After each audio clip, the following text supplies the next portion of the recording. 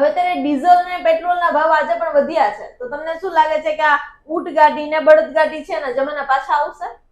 હવે ખરેખર એક દિના સમયે માનનીય વડાપ્રધાન નરેન્દ્રભાઈ મોદી, મને પાકું ખબર છે કે 2013 ની અંદર ત્યારે એવું કહેતા હતા કે પેટ્રોલ ડીઝલનો ભાવ વધ્યો છે, મારા બહેનોને ચૂલો હળગાવવાની મુશ્કેલ થાય છે, ચૂલો હળગાવવાથી આંખમાં નંબર આવી જાય છે, આવી બધી બહુ કીધું હતું. અને ઉપરથી કહેતા હતા કે આમાં કેન્દ્ર સરકારનો હાથ છે. તો અત્યારે હું જે તમને કહું એમ છું, પહેલા તમે જે 100 રૂપિયા ગેસ આપી આજે એનો 1000 રૂપિયો કર્યો, 45 દિવસે આપવાનું કર્યું, તો અત્યારે પણ બહેનો પાછી ચૂલો હળગાવતી થઈ ગઈ છે. તો અત્યારે નંબર નહીં આવે, બરાબર. અને ઘણી જગ્યાએ અમે બેઠકમાં ચર્ચાઓ કરતા હોઈ કે ભાઈ આજે ડીઝલનો ભાવ વધ્યો, તો ભાજપના નેતા શું કહે, બળદગાડું લઈ લ્યો.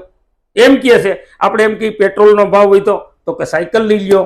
આપણે એમ કહીએ કે ગેસનો ભાવ વધ્યો તો કે ચૂલો સળગાવો.